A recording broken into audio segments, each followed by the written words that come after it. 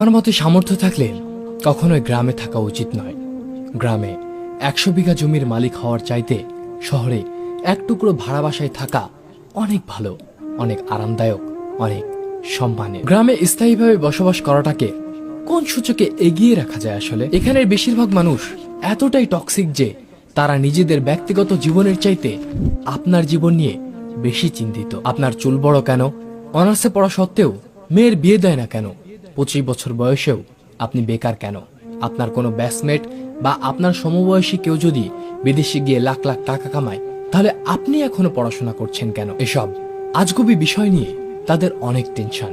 মাঝে মধ্যে তারা এমন কিছু বিষয় নিয়েও চিন্তিত হয় যেসব বিষয় নিয়ে আপনার ফ্যামিলিও মাথা ঘামায় না। গ্রামের টক্সিসিটির আরো একটি বিরাট পার্ট হচ্ছে ঝগড়া। আপনি এমন কোনো বাড়ি খুঁজে পাবেন না যেখানে জায়গা জমি নিয়ে বিবাদ বা বিরোধ নেই। প্রত্যক্ষ এবং পরোক্ষভাবে এই ফ্যামিলি সেই ফ্যামিলি একজন আরেকজনের সাথে ঝগড়াই লেগেই থাকে। 1 ইঞ্চি জায়গা জমি নিয়ে মামলা মোকদ্দমা, অশ্লীল ভাষায় গালাগালি, মাথা ফাটাফাটি চলতেই থাকে হরহামেশা। এইজন ওইজনের নামে গোপনে প্যাঁচ লাগিয়ে ঝগড়া বাঁধিয়ে দেওয়া, কাউকে পছন্দ না হলে তার জায়গায় জনে জনে কুৎসা রটনা করা, এমনকি বিবাহের প্রস্তাব আসলেও গোপনে প্যাঁচ লাগিয়ে দেওয়া যেন গ্রামের মানুষের নিত্যদিনের কাজ। গ্রামের বেশিরভাগ মানুষ এতটাই অজ্ঞ যে তারা সফটওয়্যার ইঞ্জিনিয়ার বোঝে না, ইলেকট্রিক্যাল ইঞ্জিনিয়ার বোঝে না, এমনকি এমবিবিএস ডাক্তার মানেও তারা বুঝে না। তাদের কাছে সরকারি চাকরি মানে পুলিশ হোক সে কনস্টেবল, আর্মি হোক সে সৈনিক, পিয়ন কিংবা প্রাইমারি স্কুলের শিক্ষক, এগুলোই তাদের কাছে সরকারি চাকরির